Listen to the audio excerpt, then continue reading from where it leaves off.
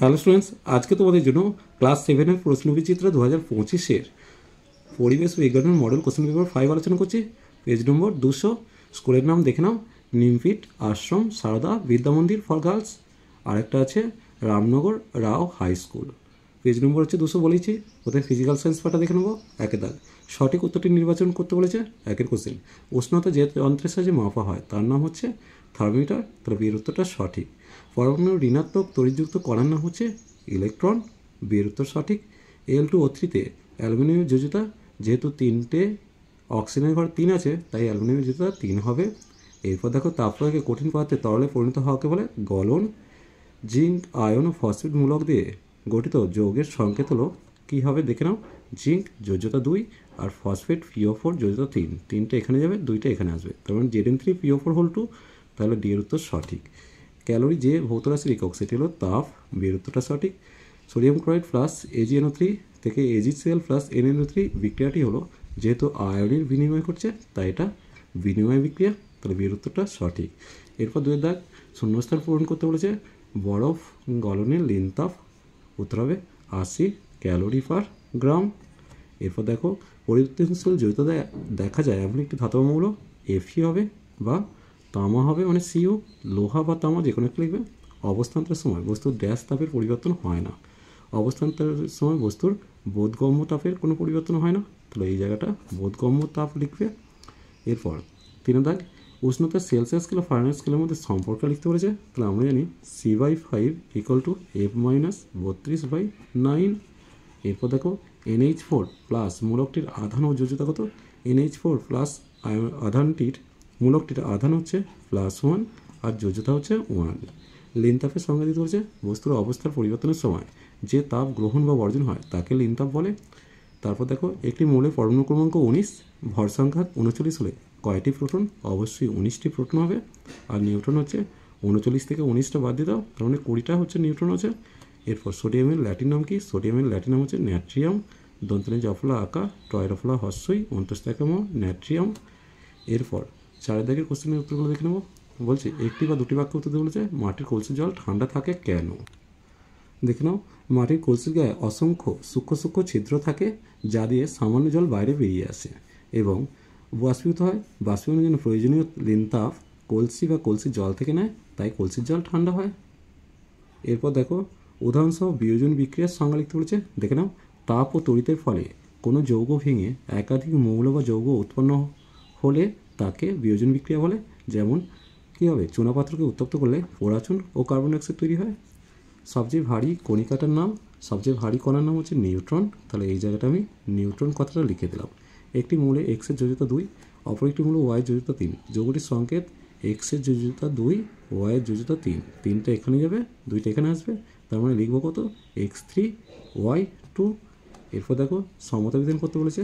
এখানে খেয়াল করো, প্রথমে যদি আমি এটাকে 4 করে দিই তাহলে হাইড্রোজেন কিন্তু 4টে করতে হচ্ছে, মানে এখানে দুটো বসতে হচ্ছে।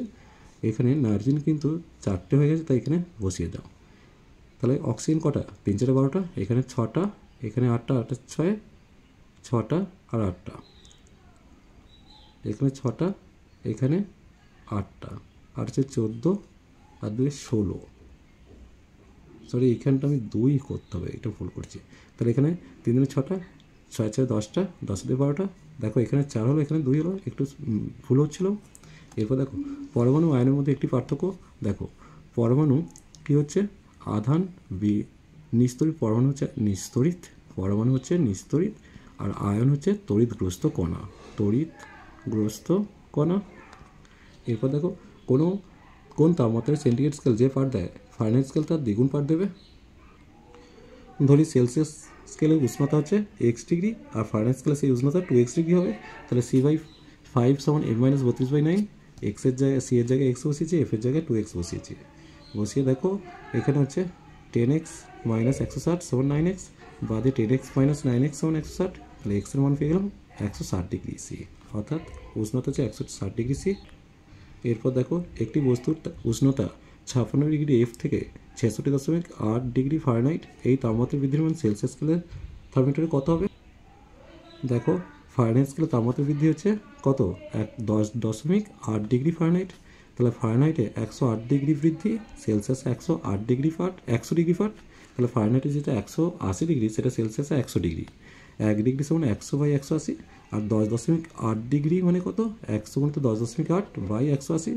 দশমিক তোলার জন্য নিচে 10 হলো, তাহলে দুটো শূন্য কাটিয়ে দিলাম। তাহলে 18 দিয়ে এটাকে কাটলে 6 হবে, অর্থাৎ সেলসিয়াস স্কেলে সেই উষ্ণতা 6 ডিগ্রি ফাট বৃদ্ধি পাবে। এরপর লাইফ সায়েন্স পার্টটা দেখে নেব। সঠিক উত্তর নির্বাচন করতে বলেছে। 1 কোশ্চেন, কার্বোহাইড্রেট জাতীয় খাদ্যের সরলতম অণু হচ্ছে গ্লুকোজ। 2 কোশ্চেন, প্লাজমা ও পেশিতে উপস্থিত প্রোটিন যথাক্রমে প্লাজমাতে ফাইব্রিনোজেন আর পেশিতে কোলাজেন। তাহলে এখানে না, পেশিতে অ্যাক্টিন হবে, তাহলে ফাইব্রিনোজেন আর অ্যাক্টিন হবে, তাহলে বিয়ের উত্তরটা সঠিক। এরপর দেখো কী দিয়েছে, গলগণ্ড রোগ হয় আয়োডিনের অভাবে। এরপর শিশুদের প্রোটিনের শক্তির অভাবে যে রোগ হয়, উত্তর হবে ম্যারাসমাস। এরপর